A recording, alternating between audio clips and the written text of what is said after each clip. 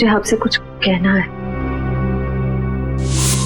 समझ नहीं आ रहा कैसे कहूँ। यार परेशान तो है वो। जब तुम बीती बातें भूल चुकी हो तो दया सर के बारे में बात करने से तुम्हें इतनी तकलीफ क्यों हो रही है? मैंने तुम दोनों को ये बताने के लिए बुलाया है कि मेरे और सिद्धार्थ की सगाई की डेट फिक्स हो गई है।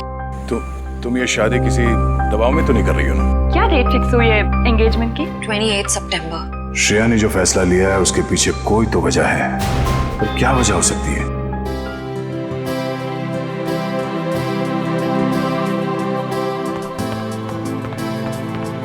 लीजिए पापा आपकी कॉफी। लाओ लाओ लाओ। बिल्कुल वैसी जैसे आपको पसंद है। गरम है आराम से।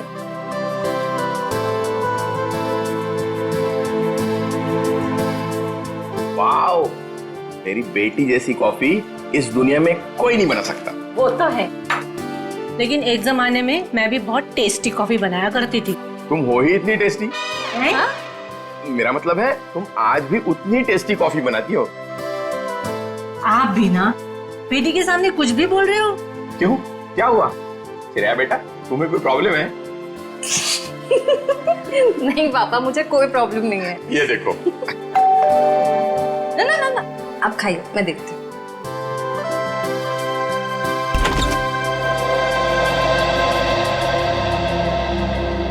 सिद्धार्थ, क्या हुआ, चौक गई मुझे देखकर? सिद्धार्थ बेटा आओ, अंदर आओ।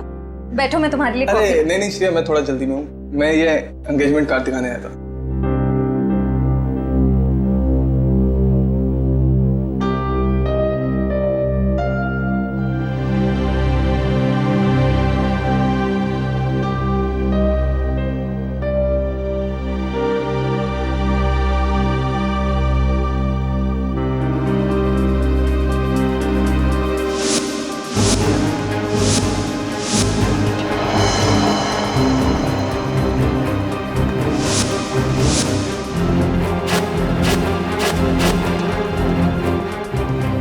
कैसा लगा डिजाइन? कार्ड पसंद नहीं आया? कोई बात नहीं, दूसरा बनवा लेंगे। नहीं, कार्ड अच्छा है।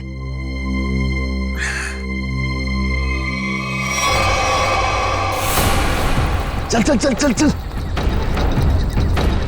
चल चल चल, हम लोग इस बंगले में छुप जाते हैं। अरे जैसा भी नहीं, यहाँ पर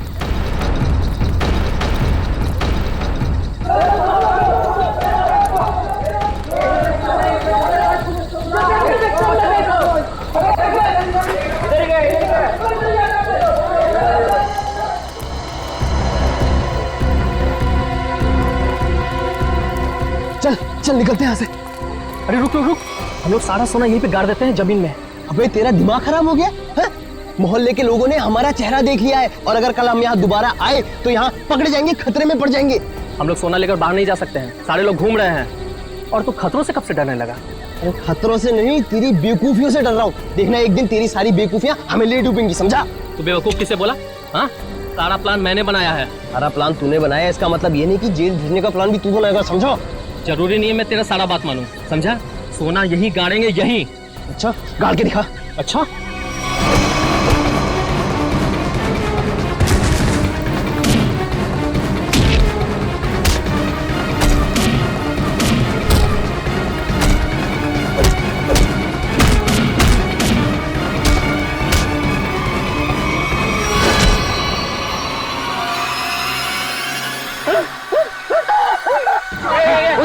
उधर से आवाज है। चल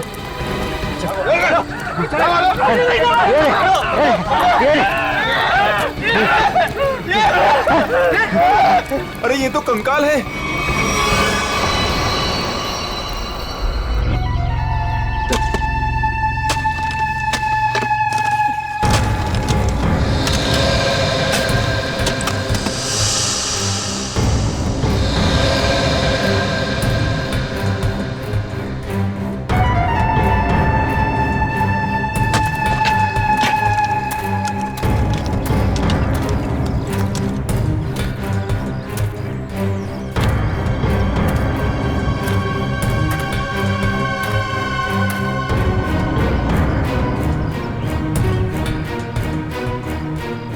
कैसा दिमाग होता है इन मुजरिमों का। खून करके मन नहीं भरा तो डिजाइन बना दी हड्डियों की। सचिन, तुम दोनों एक काम करो, घर के अंदर से अच्छी तरह से तलाशी ले, देखो कुछ ना कुछ मिलता है क्या। बॉस, ये देखो, उस सिर पे रहने ये डिजाइन हाथ और पैर की हड्डियों से बना है। ये देखो, ये पैर की हड्डी और ये हाथ की हड्डी। टांगों की हड्डियां अलग अलग लोगों की हैं। हाँ तारिका, अलग अलग इंसानों की है। बस मुझे लगता है कम से कम 2 लोगों का तो खून हुआ है यहाँ पर। सर, हाँ विक्रम। सर, ये बाकी की हड्डियां मिल गई है, इन्हें यहाँ पे दफना के रखा गया था। एक एक हड्डी संभाल के उठाओ, हैं? एक एक हड्डी। ये देखो, जरा देखो, घर के अंदर कहीं खून के निशान मिलते हैं क्या?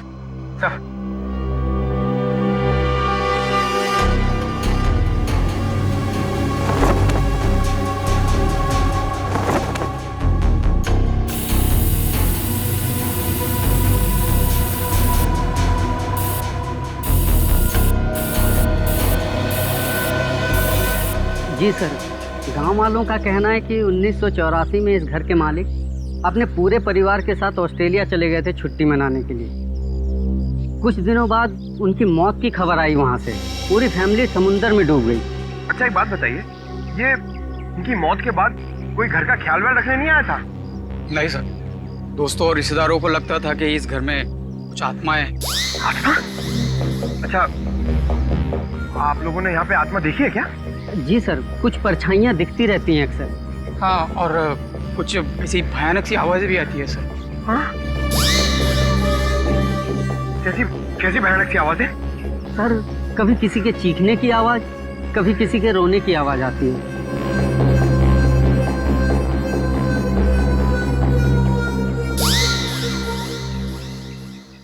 सड़के, इन सारी हड्डियों को देखकर लगता है कि खून एक आदमी का हुआ है और एक औरत का भी।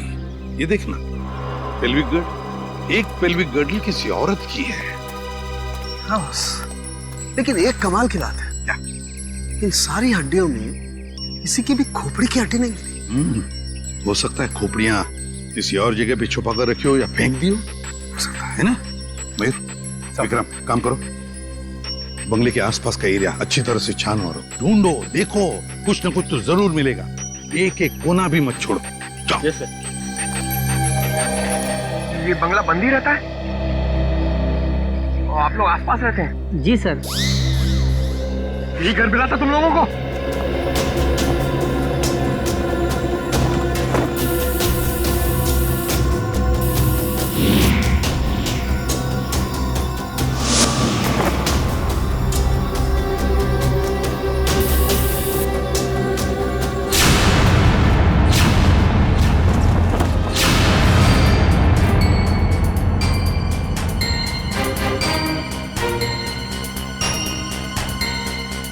सूखा हुआ खून।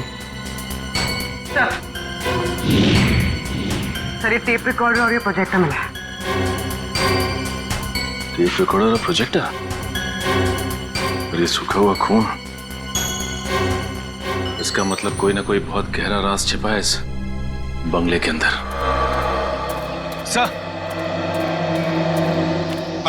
खोपड़ी तो कोई नहीं मिली, मगर ये कार की चाबी मिली। कार की चाबी है ना, बड़ी अजीब बात। कार की चाबी है पर यहाँ पर कोई गाड़ी नहीं। एक आदमी एक औरत की हड्डियां हैं पर उनकी खोपड़ियां नहीं। फिर है क्या ये सारा चक्कर? और फिर किसने किया है ये? RAIMA,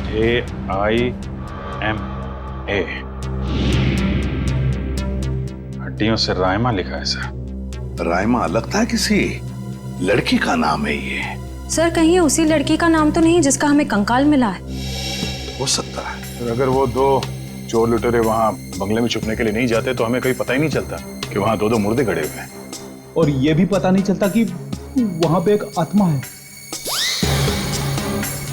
न जाने कितने साल पहले ये जुर्म हुआ है। और ताज्जुब की बात यह है सर कि खूनी ने लाशों को गाड़ा नहीं, बल्कि उनकी हड्डियों से ये डिजाइन बनाया। आई मीन नाम लिखा रायमा। यहाँ पर से हमें कुछ चीजें भी मिली है ना, वो टेप रिकॉर्डर, प्रोजेक्टर और कपड़े। इन तीनों चीजों से हमें खूनी के बारे में बहुत कुछ पता चल सकता है। ज्यादा देर खुला नहीं घूमेगा ये खूनी। सर हमने उन सब चीजों को रिपेयर के लिए भेज दिया है। बहुत जल्द पता चल जाएगा कि हमारा शक सही था या गलत। और वो गाड़ी की चाबी जो हमें मिली थी, कीजो कार की चाबी। कीजो, अच्छा। तो फिर कीजो कार कंपनी से हमें पता चल सकता है। क्या आप हमें बता सकते हैं ये चाबी किस गाड़ी की है और ये गाड़ी आपसे खरीदी किसने? बिल्कुल बता सकते हैं। सबके इनिशियल पॉइंट में डालकर देखेंगे, फौरन पता चल जाएगा। आइए सर। एक मिनट, उससे पहले आप ग्लव्स पहन लीजिए। Thank you.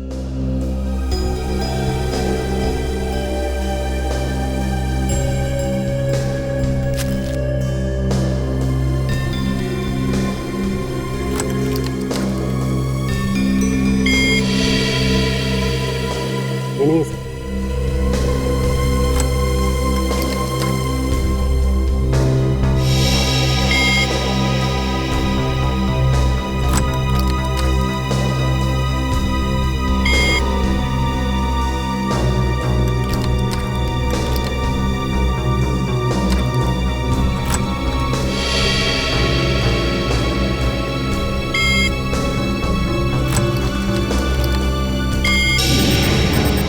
ये देखिए सर, मैच कर गई। सर ये 2009 की कीजो एफएक्स मॉडल है और हमने इसे बनवाना बंद कर दिया है।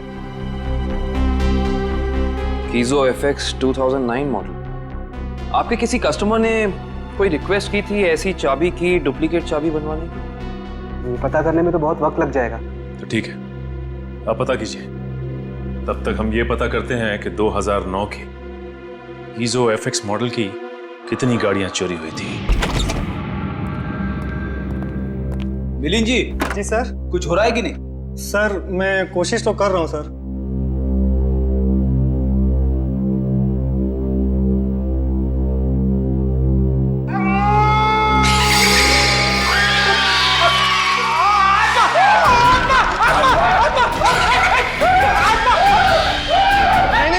नहीं सर, आत्मा नहीं है। ये तो गलती से फेडर खुल गया था। भयानक आवाज। हाँ, ये वही रिकॉर्डर है जो आप लोग लेके आए थे, उसी में से आवाज आ रही थी। सर, ये आत्माओं ने शॉर्टकट मारना शुरू कर दिया है।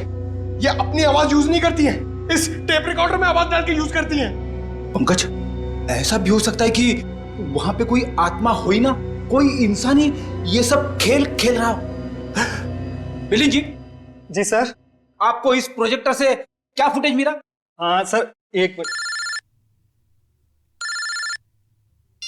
हेलो रचना, तुम नीचे खड़ी हो? ओके, तुम वहीं रुको, मैं आता हूं। सर सॉरी सर, मुझे किसी काम की वजह से नीचे जाना पड़ रहा है। आप लोग ये रिमोट लीजिए ना, आप लोग फुटेज देखिए। पर सर जरा ध्यान से। ध्यान से क्यों? क्योंकि सर ये फुटेज कमजोर दिल वालों के लिए नहीं है।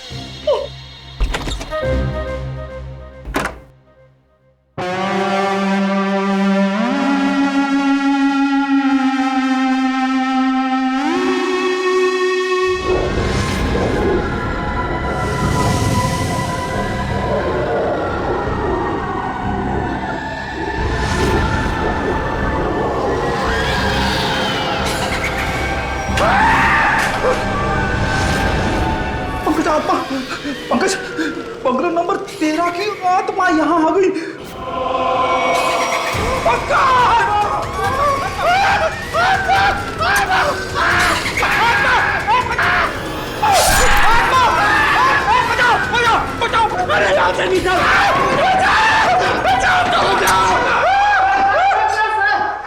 मैंने तो पहले कहा था सर, ये फुटेज कमजोर दिल वालों के लिए नहीं है। नहीं है। अरे आपको क्या इतनी सी फुटेज मिली थी? हाँ सर, अभी तो यही फुटेज मिली है। अरे ये क्या कम है, पता नहीं एसीपी साहब क्या कहेंगे ये फुटेज देखकर। आप उनसे ये मत कहना कि हम दोनों डर गए थे। सर मैंने तो उनको फोन करके सब कुछ बता दिया।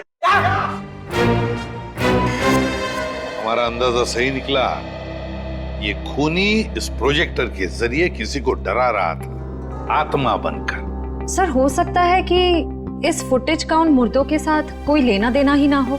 I mean, लोगों में ये अफवाह फैली है कि इस बंगले में आत्मा है, तो हो सकता है कि ये पूरी फुटेज किसी ने किसी के साथ मजाक करने के लिए बनाई हो।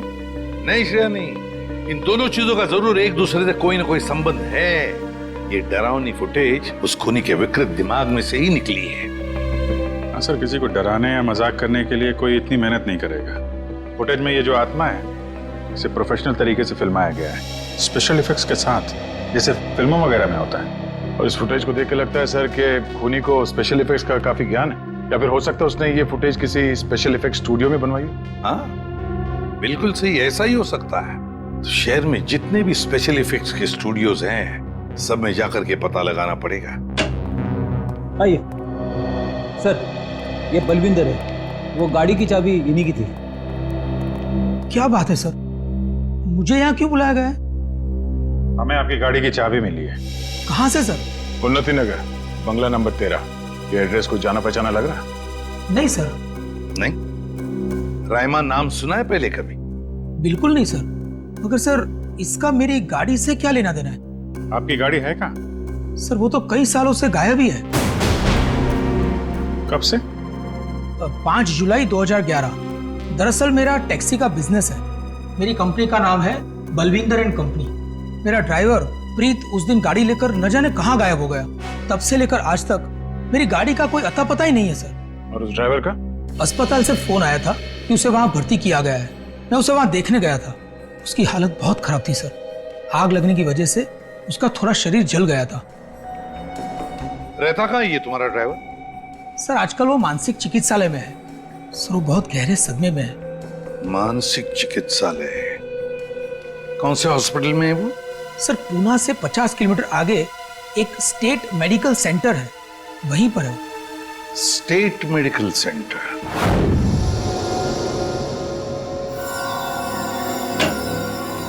हाँ तारिका जी, कुछ बात बनी? सर चेक कर रहे हैं ना, कुछ ना कुछ तो पता चल ही जाएगा। भाई साहब, मैं दिखाई नहीं दिया आपको? दिखाई? अरे सर, आप तो सपने में भी दिखाई देते हैं। हाँ सर, आज सुबह ही सपना देख रहा था। जैसे ही मैं फॉरेंसिक लैब में आता हूँ, आप इस केस के बारे में कुछ ऐसी बातें बताते हैं कि शाम तक खूनी पकड़ा गया। विजीत, तुमने सपना देखा? जी सर। और सपने में मुझे देखा? जी सर। तुमने सपने में तारिका जी को देखा होगा। जी सर। नहीं सॉरी सर, क्या कह रहे हैं सर आप भी? तो बताइए डॉक्टर साहब, इन कंकालों ने अपनी आप बीती बताई? हाँ, थोड़ी बहुत बातें पता चली है। सबसे खास बात ये है कि ये कंकाल वक्त के साथ कंकाल नहीं बने। खूनी ने इन्हें मारने के बाद तुरंत इन्हें कंकालों में बदल दिया है। मतलब खूनी ने इनकी खाल को एसिड से जला दिया है। माय गॉड, इतनी बेरहमी से मौत हुई इनकी। और ये जो कंकाल है ना, ये कंकाल एक आदमी का है। इसकी उम्र 30 से 35 साल है और इसकी लंबाई लगभग 6 फीट के आसपास है। और ये जो हाथ पे उंगलियों में आपने निशान लगा रखा है, ये क्या है? हाँ, दरअसल इसकी उंगलियों में, इसकी कलाई पे मुझे बहुत कुछ टूट फूट दिखाई दी। मतलब ये आदमी अपने हाथों का बहुत ज्यादा इस्तेमाल करता हो। शायद ये किसी ऐसे प्रोफेशन में होगा जहाँ हाथों का काफी इस्तेमाल होता है, या तो कोई मजदूर या फिर कोई आर्टिस्ट। और ये दूसरा कंकाल लड़की का, उसे क्या पता चला? दया, इस लड़की की उम्र लगभग 30 साल। इसकी लंबाई 5 फीट 4-5 इंच है, बस इससे ज्यादा कुछ पता नहीं चल पाया। और ये जो ड्रेस पे खून लगा है, इसका क्या? टेस्ट करने से पता चला कि ये खून नहीं है, लमाइन रेड नाम का केमिकल है, जिसका इस्तेमाल ज्यादातर फिल्म्स, टीवी सीरियल्स और नाटकों में किया जाता है, नकली खून दिखाने के लिए। तो इसका मतलब किसी ने पूरी तैयारी कर रखी थी, ये बंगला नंबर 13 में किसी को डराने की। पकड़ा जाएगा, वो खूनी भी है और वो डराने वाला भी, अगर दोनों अलग अलग है तो। डॉक्टर साहब, कितना टाइम लगेगा ये पता करने के लिए कि कंकाल कितना पुराना है? थोड़ा वक्त लगेगा दया, तुम तो जानते हो कार्बन डेटिंग में थोड़ा वक्त लगता है।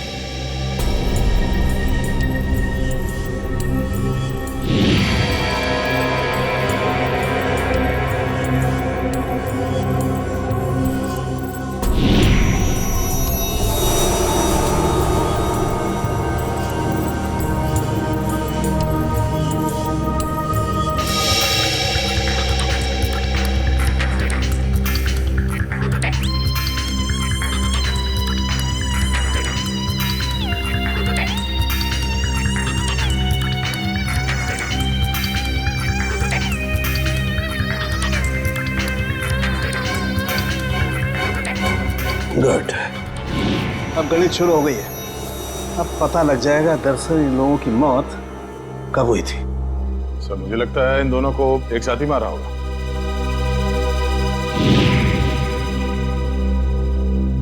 36 से 38 महीने पहले, मतलब 3 साल पहले 2011 में मौत हुई इनकी। और उस बलविंदर की कार भी जुलाई 2011 को गायब हुई थी, बंगला नंबर 13 से। सर अब तक तो खूनी शहर छोड़ के भागा होगा, उसे ढूंढेंगे कैसे? भागने दो, कहां तक भागेगा? सीआईडी से नहीं बच सकता। Excuse me. जी सीआईडी से। हेलो सर, मैं आप ही लोगों का इंतजार कर रहा था। अच्छा, जो फुटेज हमने भेजी थी उसके बारे में कुछ पता चला? हाँ सर, उसको चेक किया मैंने और उसके सारे स्पेशल इफेक्ट्स हमारे स्टूडियो में ही हुए थे, लगभग 3 साल पहले। गुड।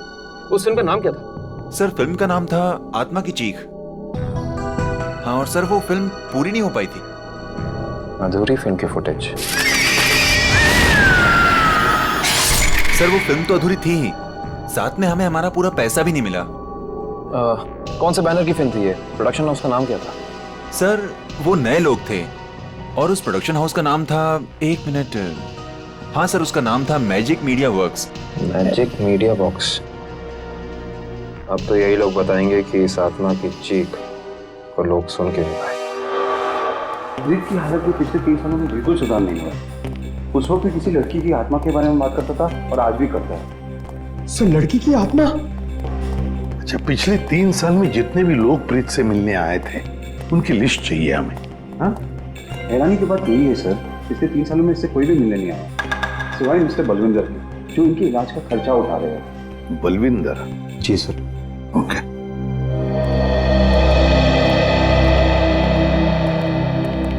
प्रीत, ये सीआईडी ऑफिसर्स है, ये तुमसे कुछ बात करना चाहते हैं। सीआईडी? ये सीआईडी क्या होता है? सीआईडी का मतलब है दोस्त। और प्रीत, दोस्त किसे कहते हैं? जो अपना सुख दुख दूसरे दोस्त के साथ बांटता है ना? और हम सब तुम्हारे दोस्त हैं, तो अब तुम हमसे तुम्हारे सुख दुख बांटोगे ना? ठीक है दोस्त। देखो प्रीत, अब मैं तुमसे कुछ कहूंगा, कुछ पूछूंगा, इन सब चीजों का बड़े शांत दिमाग से मुझे जवाब देना। याद करो, जुलाई महीना 2011, तुम उस रात बंगला नंबर 13 में गए थे 2 लोगों को लेकर। हाँ, 2011 बंगला नंबर 13? बंगला नंबर 13। क्या हुआ था वहां पर? तुम लोग मेरे दोस्त नहीं हो, तुम लोग मेरे दोस्त नहीं हो। राइमा ने भेजा है ना तुम लोग को मुझे मारने के लिए? राइमा ने भेजा है ना? नहीं, राइमा ने नहीं भेजा है। हम लोग दोस्त हैं तुम्हारे। हाँ पक्का?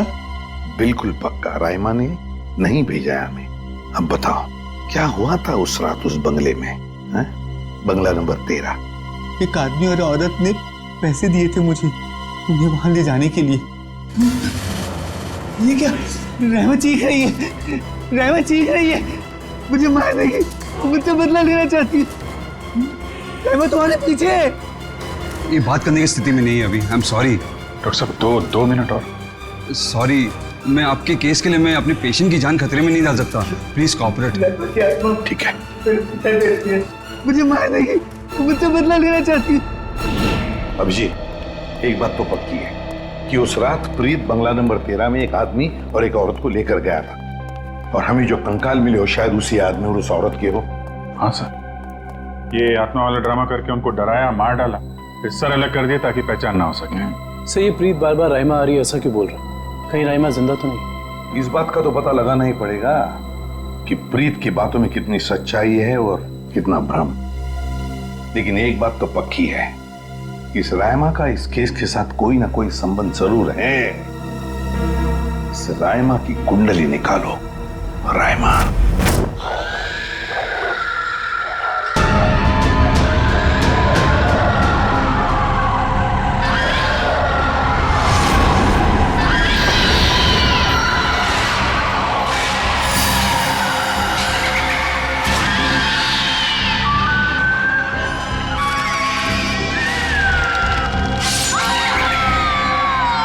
ये फुटेज आपको जिस बंगले से मिली वहाँ खून हुआ है?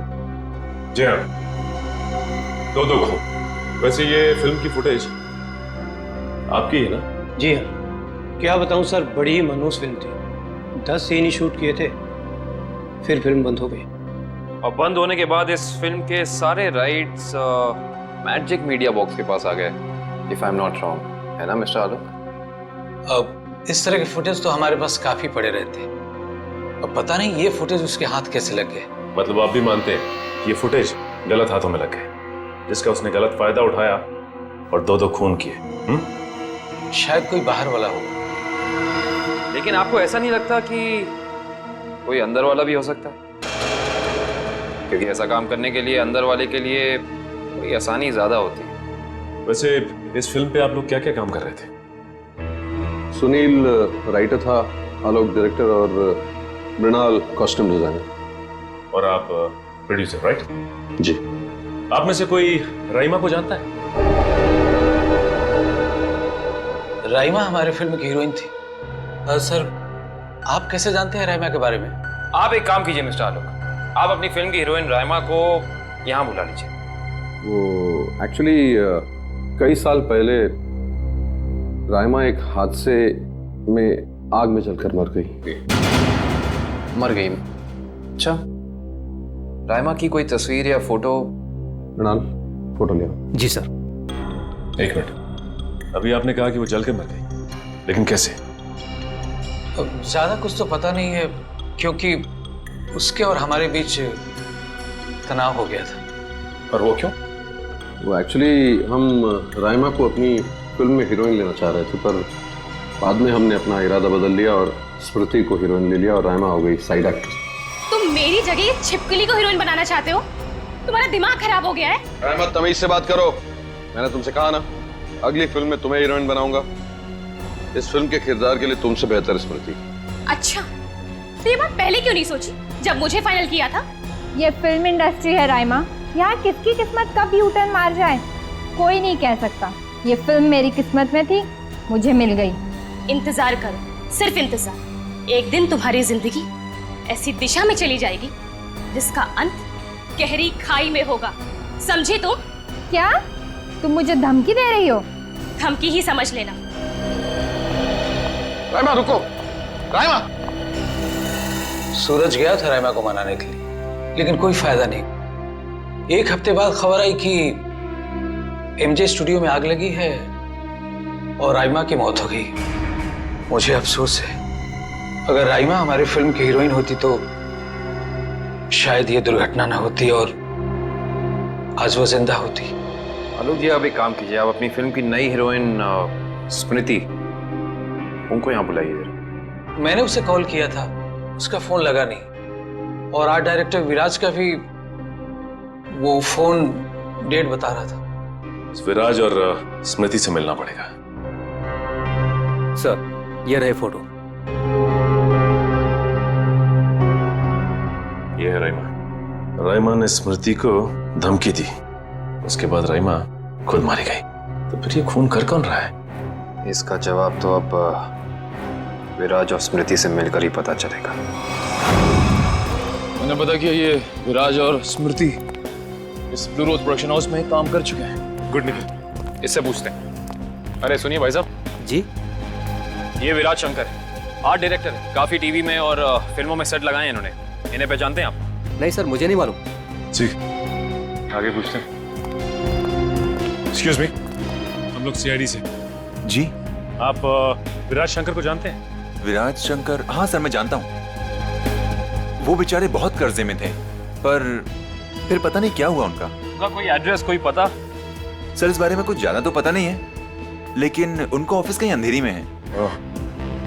अच्छा, ये फोटो को ध्यान से देखिए। स्मृति ये फिल्मों में काम करती है, पहचानते हैं आप इन्हें? जी हाँ, इनकी बंद फिल्म के बाद इनको कोई प्रोड्यूसर फिर से रिलॉन्च करना चाहते थे, लेकिन सर ये पता नहीं क्यों बदकिस्मती से ये 2011 में अमेरिका चली गई और उसके बाद फिर लौट के आए हैं। ये स्मृति का कोई अता पता जहाँ हम उनसे मिल सकते हैं? हमें तो नहीं पता, पर उस एजेंसी पर उसका पुराना एड्रेस होगा जहाँ पर उन्होंने चमकार वॉशिंग पाउडर का विज्ञापन किया था। ठीक, थैंक यू। ज़्यादा एजेंसी से स्मृति के घर का पता निकलवाते हैं।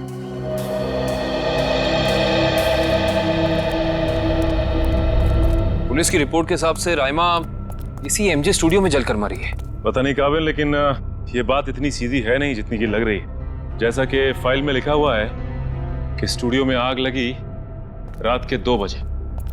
ये राइमा स्टूडियो में 2 बजे करने क्या आई होती, जबकि यहाँ शूटिंग भी नहीं चल रही थी। सही कह रहे हो सचिन, लेकिन एक बात है जो मेरे दिमाग से निकल नहीं रही है, वो ये कि यहाँ रात 2 बजे आग लगी तो सुबह 5 बजे तक किसी को पता क्यों नहीं चला? और रिपोर्ट के हिसाब से यहाँ आग 5 बजे लगी। जिन पुलिस वालों ने इस केस की तहकीकात की थी उन्होंने जरूर कुछ गड़बड़ की है, तभी तो केस के 2 महीने के बाद उनका ट्रांसफर यानी कि तबादला हो गया था। हो सकता है निखिल, लेकिन उससे ज्यादा अहम बात यह है कि रिपोर्ट के हिसाब से यहाँ राइमा की एक हड्डी तक नहीं मिली। मतलब आग इतनी भयंकर थी। स्टूडियो को देख के ऐसा लगता नहीं है कि आग इतनी भयानक होगी कि चलने वाले का नामो निशान राख हो जाएगा। उससे भी अहम बात यह है कि ये स्टूडियो इस्तेमाल में नहीं था, यहाँ पे कोई शूटिंग नहीं चल रही थी, फिर राइमा यहाँ पे आई क्यों? इसका पता तो तभी चलेगा जब हम इस स्टूडियो को अच्छी तरह से छान मारेंगे। देखते हैं क्या मिलता है।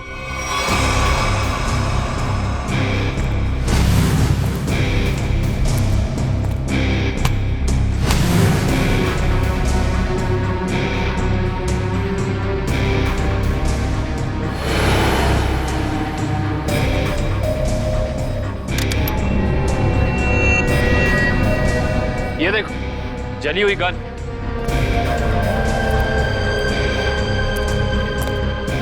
हाँ, ये तो पूरी पिघल चुकी है।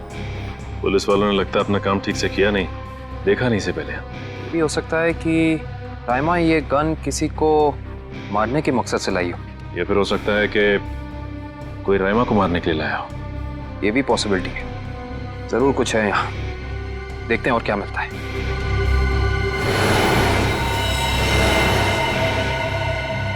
सर, कंकाल। 1 मिनट, देखिए जरा संभाल संभाल। करण, शीट ला।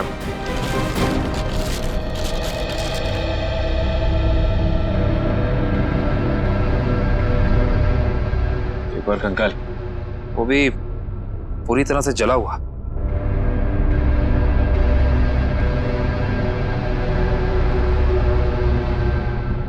बॉस, इसकी पेल्विक गर्डल से पता लगता है कि ये कंकाल किसी लड़की का है। सर, कहीं ये कंकाल राइमा का तो नहीं है?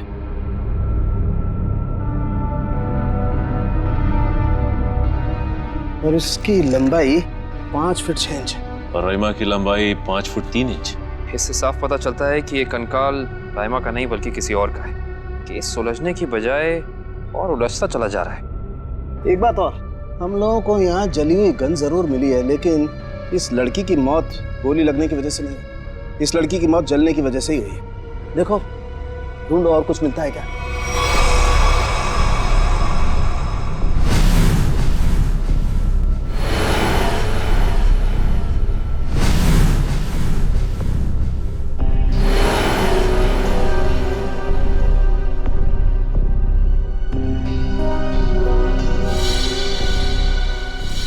सर ये देखिए सर, बाल बाल।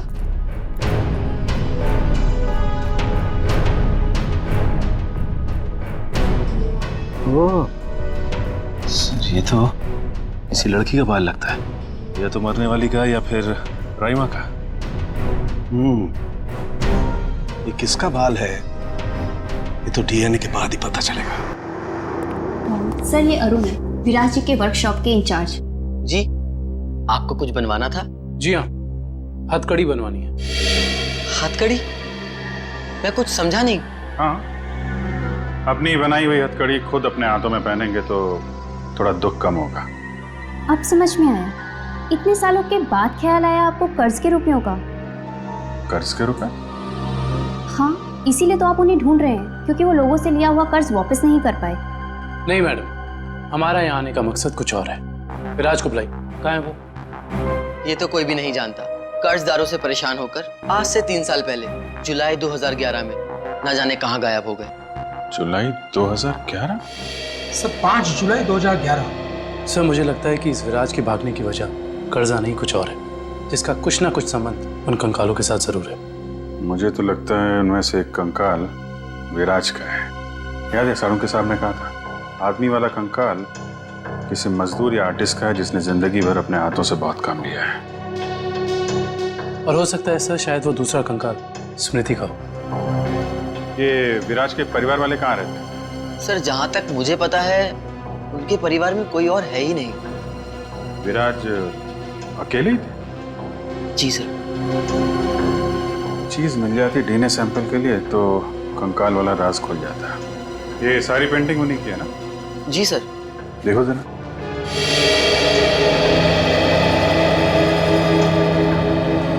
सर थंबप्रिंट ये विराज का है? जी हाँ सर, और ये थंबप्रिंट ही नहीं, ये पूरी पेंटिंग सर ने अपनी उंगलियों से बनाई है। Finger painting? इतना तो काफी है डीएनए टेस्टिंग के लिए। आप लोग? हम लोग सीआईडी से। अच्छा अच्छा, आइए आइए, आप ही ने फोन किया था ना? जी हाँ। दरअसल बात यह है कि हम स्मृति के बारे में आपसे कुछ पूछताछ करना चाहते हैं। पूछिए ना, क्या पूछना चाहते हैं आप? क्या आप बता सकती हैं कि स्मृति का आपके अलावा इस दुनिया में और कोई भी नहीं है? नहीं, उसके माँ बाप बचपन में ही गुजर गए। अब बची है तो ये बूढ़ी दादी, बहुत ही प्यार से पाला है मैंने उसे। ये स्मृति अचानक अपना फिल्मी करियर छोड़कर अमेरिका क्यों चली गई? वो कभी किसी को कुछ नहीं बताती थी, हमेशा अपना मन का करती थी। उस दिन भी उसके मैनेजर का फोन आया, कह रहा था कि मैडम किसी विज्ञापन की शूटिंग के लिए अमेरिका जा रही है। उसके मैनेजर से मैंने पूछा कि कब वापस आएगी वो, तो उसने कहा 3-4 दिनों में। लेकिन पूरे 3 साल हो गए, अब तक उसका कुछ पता नहीं, कुछ पता नहीं। कब की बात है ये, कुछ याद है आपको? कैसे भूल सकती हूँ, 5 जुलाई 2011। सर वो कंकाल भी 3 साल पुराना है सर, कहीं वो। सर कम से कम इतना तो पता कर लो, मेरी बच्ची के साथ हुआ क्या? कहीं वो इस दुनिया में है भी या नहीं? जब तक इस राज का बोझ मेरे दिल पर रहेगा, मैं इतना चैन से जी पाऊंगी न मर पाऊंगी। देखिए, मैं आपसे वादा करता हूं कि सच क्या है इसका हम पता लगा लेंगे। प्लीज आप अपना ख्याल रखिए, ठीक है?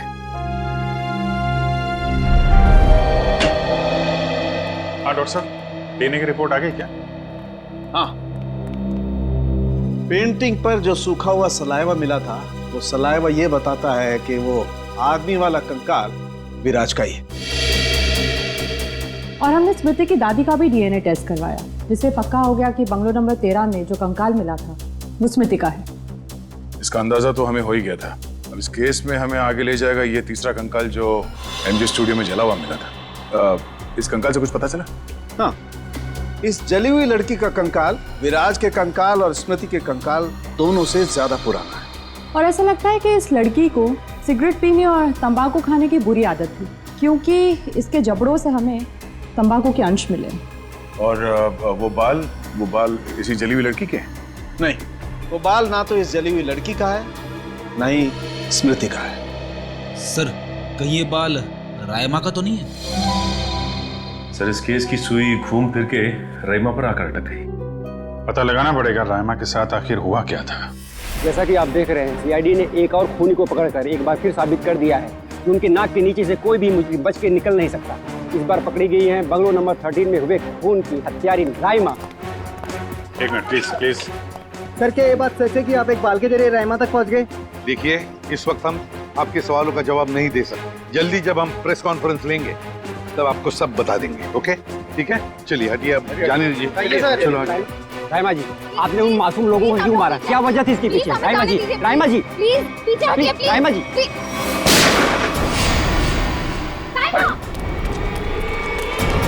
पकड़ो उसे।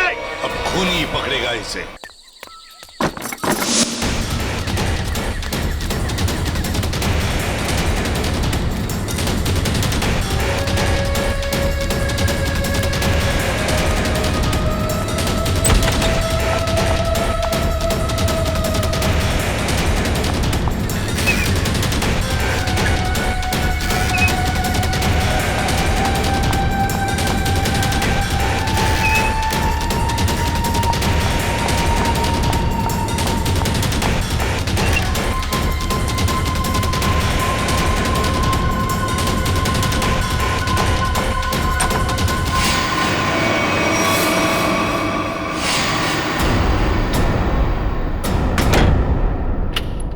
बस,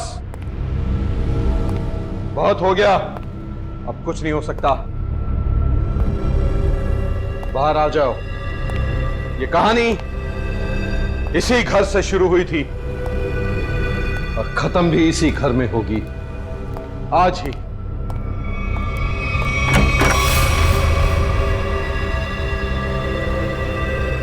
छुपने का कोई फायदा नहीं, बाहर आ जाओ। सुना तुमने?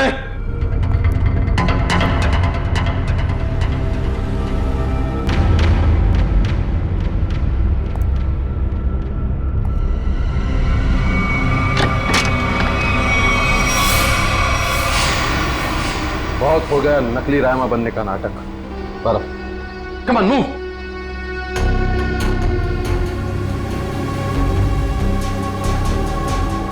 कौन हो तुम?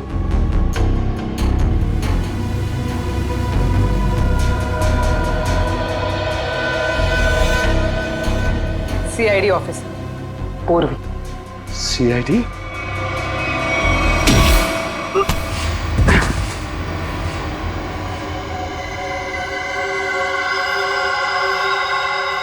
मैं और राइमा एक दूसरे से बहुत प्यार करते थे, इसलिए जब हीरोइन का रोल राइमा की जगह प्रीति को मिला तो तुम्हारे दोनों कानों से धुआं निकलने लगा है?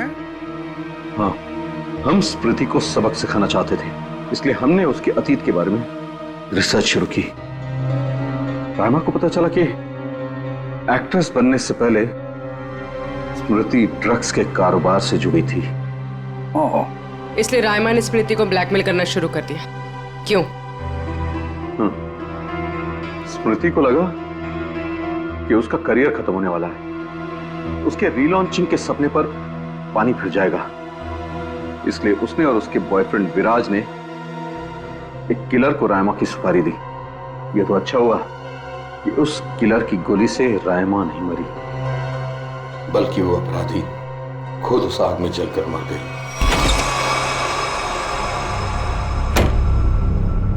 विराज, स्मृति, कहाँ हो तुम दोनों?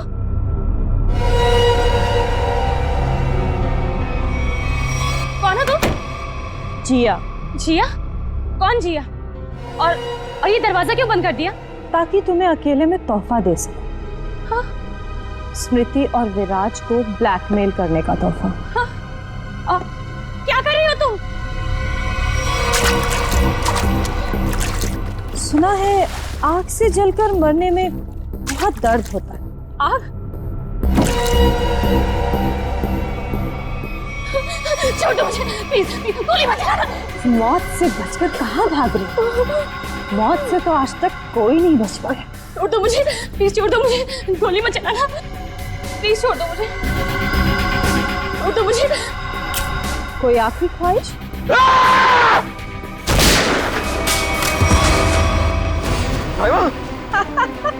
रायमा, मैं तुम्हें कुछ नहीं होने दूंगा। मैं तुमसे बहुत प्यार करता हूँ, मैं तुम्हें कुछ नहीं होने दूंगा रायमा। अब तुम दोनों को मुझसे कोई नहीं बचा सकता। सब फाइनल गुड बाय।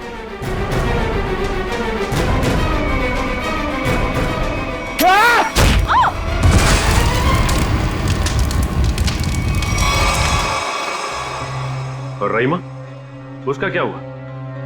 जिंदा लाश बन गई वो। तब मैंने ठान लिया, अब मेरी जिंदगी का सिर्फ एक ही मकसद होगा, स्मृति और विराज की बर्बादी।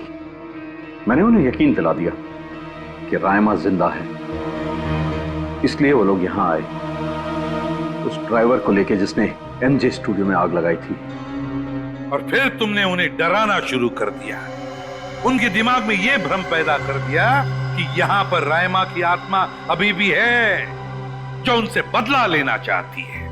हाँ, और फिर उन्हें मार डाला और उनका सिर काट के अपने साथ ले गए, ताकि अगर कभी उनकी लाश मिलती भी है तो उन्हें कोई पहचान ना सके। बेवकूफ हो तुम, बेवकूफ। अगर कानून की मदद लेते तो उन दोनों को वैसे ही सजा होती, मगर नहीं, तुमने कानून को अपने हाथों में लिया, उन दोनों को बेरहमी से मार डाला। और रायमा, उसका क्या? कभी सोचा तुमने? बेचारे की जिंदगी का फैसला तो अब कानून करेगा, लेकिन तुम्हारा फैसला तो हो ही गया, समझ लो। तुम्हें तो फांसी होगी, फांसी। Good morning. Hi. Good morning. अरे ये क्या लेके आई हो? सर ये आप सबके लिए मिठाई है और मेरी एंगेजमेंट के इनविटेशन कार्ड्स हैं।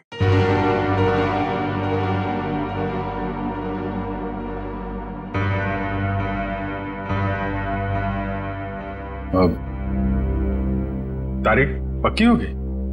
जी सर, 28 सितंबर। अच्छा। दो हफ्ते बाद ही है। काफी तैयारी करनी होगी आपको तो। सर ज्यादा कुछ तैयारियां करनी नहीं, सिद्धार्थ को भी मेरी तरह एक छोटा सा ही फंक्शन चाहिए था। ये तो बहुत अच्छी बात है। Congratulation Shreya. Thank you sir. चलो मुंह मीठा कराओ। हाँ श्योर।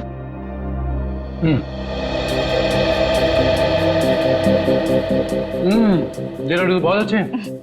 सर आप लोग भी लीजिए ना। हाँ हाँ थैंक यू सर। लो फ्रेडी, मुंह मीठा करो। रहने तो मीठा खाने का मन नहीं है मेरा। अरे फ्रेडी, एक लड्डू से कुछ नहीं होगा, लो ना। Sir please. ये हुई ना बात पूरी। तुम भी लो श्रेया। नहीं सर थैंक यू, लेकिन आप सबको जरूर आना है। ये भी कोई पूछने की बात है श्रेया? हम सब जरूर आएंगे, है ना सर?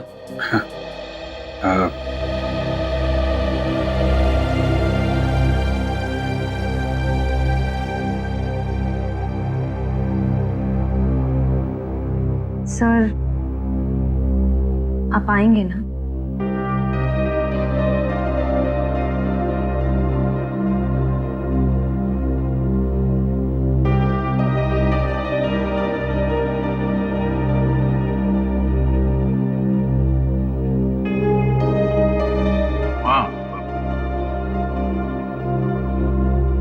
मैं जरूर आऊंगा।